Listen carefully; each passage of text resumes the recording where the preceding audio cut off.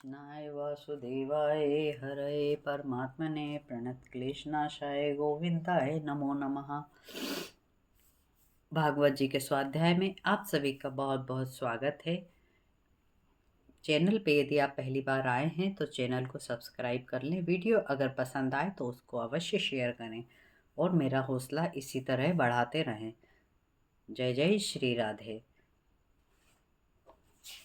भगवान विष्णु के चरणों में स्तुति करते हुए युगल किशोरी जी का ध्यान करते हुए हम हमारे छठे अध्याय में प्रवेश करेंगे। मंगलम भगवान विष्णु मंगलम गरुड़ध्वज मंगलम पुंडरीकाक्ष मंगलाय तनोहरि शांताकारं भुजगशयनं पद्मनाभं सुरेशं विश्वाधारं गगन सदृशं मेघवर्ण शुभांगं लक्ष्मीकांतं कमलनयनं योगिभिर्ध्यानगम्यं वंदे विष्णु भवभयहरं सर्वलोकैकनाथं।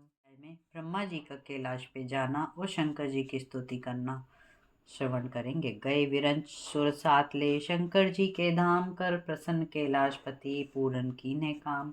श्री मैत्रेय जी बोले, हे विदुर जी, भगवान रुद्र के सेवकों ने जब दक्ष प्रजापति के यज्ञ को इस प्रकार नष्ट भ्रष्ट करके देवताओं के अंग प्रत्यंग भी नष्ट भ्रष्ट कर दिए, तब देवता लोग अति भयभीत होकर ऋत्विजों का साथ लेकर भगवान विष्णु ब्रह्मा के पास गए। उन्हें दंडवत करके सारा हाल सुनाया। भगवान ब्रह्मा और नारायण अंतर्यामी थे। वे भविष्य के फल को जानते थे, अतः वे दक्ष के यज्ञ में नहीं गए थे। देवताओं से दक्ष प्रजापति के यज्ञ विध्वंस को सुनकर परम तेजस्वी ब्रह्मा जी बोले, हे देवताओं, शंकर जी परम समर्थ और महादेव हैं। ऐसे सामर्थ्यवान से यदि कोई दोष हो जाता है तो उसकी उपेक्षा की जाती है। तुम लोगों ने भगवान शंकर को यज्ञ भाग ना देकर उनका अपमान किया है। तुमको चाहिए कि भगवान शंकर के पैर पकड़कर उन्हें प्रसन्न करो, क्योंकि वे भोले भाले शिव शंकर हैं, अति शीघ्र प्रसन्न होने वाले हैं। दक्ष ने कटु वचन कहकर उनका अति अपमान किया था और सती को अपमानित करके शंकर जी की प्रिया का उनसे वियोग करा दिया। यदि तुम यज्ञ को पुनः यथावत आरंभ करके समाप्त करना चाहते हो तो उनसे क्षमा याचना करो। वह यज्ञ तो क्या, उनके क्रोधित होने पर सारा विश्व भी नहीं बच सकता। उनके प्रभाव को देवता तो क्या, मैं भी नहीं जानता। देवताओं को इस प्रकार समझाकर ब्रह्मा जी सबके साथ भगवान शंकर के प्रिय धाम कैलाश पर गए। कैलाश धाम पर अनेक प्रकार की औषधियाँ, तप, मंत्र, योग इत्यादि निवास करते हैं। गंधर्व अप्सराएं वहां नृत्य करती हैं। ठंडे व स्वच्छ जल के झरने नित्य झरते हैं। यज्ञ और सिद्ध पत्नियों का वह क्रीड़ा स्थल है। वहाँ अनेक प्रकार के पक्षी, कोयल, मोर, भ्रमर आदि गूंजते रहते हैं। वहाँ पर कल्प वृक्ष, पारिजात, मंदार, ताल, तमाल आदि के वृक्ष सघन छाया करते रहते हैं। चंपा, गुलाब, मोलश्री, पद्मनाभ, इलायची आदि के सुगंधित पुष्प मीठी मीठी सुगंधित वायु के द्वारा फैलाते रहते हैं। वहाँ पर अनेक प्रकार के वन्य पशु, बानर, शूकर, सिंह, कृष्ण मृग आदि स्वच्छंदता से घूमते हैं।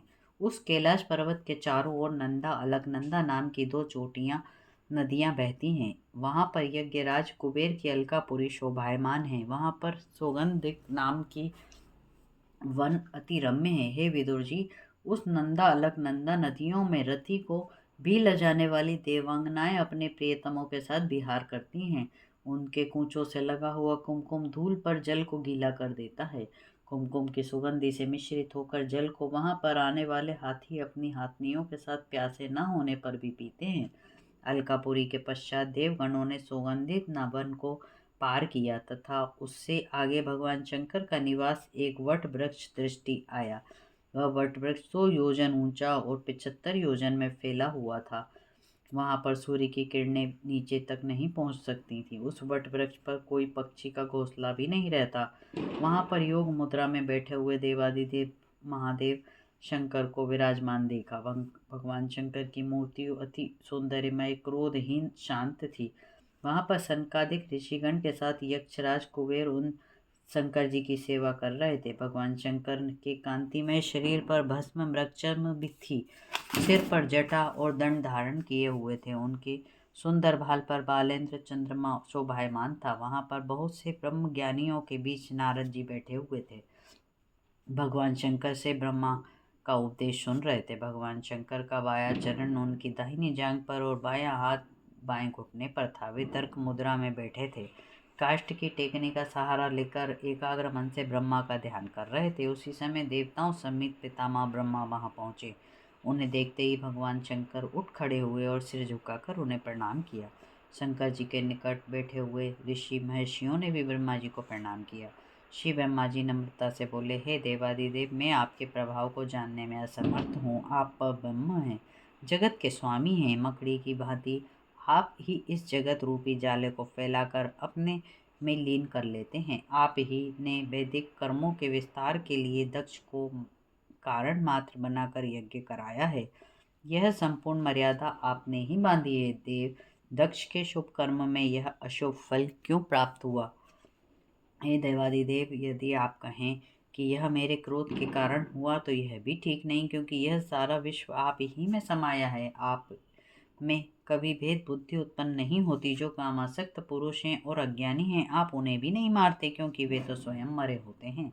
हे शंभु, आपको यह जगत की माया कभी नहीं छूती। इस कारण कर्म मार्ग में आसक्त पुरुषों के द्वारा कोई अपराध हो जाने पर भी आप कृपा करते हैं। आप यज्ञ पुरुष हैं, इसलिए आपको यज्ञ का भाग पाने का पूर्ण अधिकार है। किंतु इस दुर्बुद्धि यक्ष ने आपकी यज्ञ भाग नहीं देने के कारण उसके यज्ञ का नाश हुआ। अतः मेरी आपसे प्रार्थना है कि आप इस अपूर्ण यज्ञ को फिर से पूर्ण करने की कृपा करें और दक्ष पुनः जीवित हो उठे, भगवान का पुनः नेत्र प्राप्त हो, भृगु को पुनः दाढ़ी मूछ प्राप्त हो, पूषा के दांत भी स्वस्थ हों।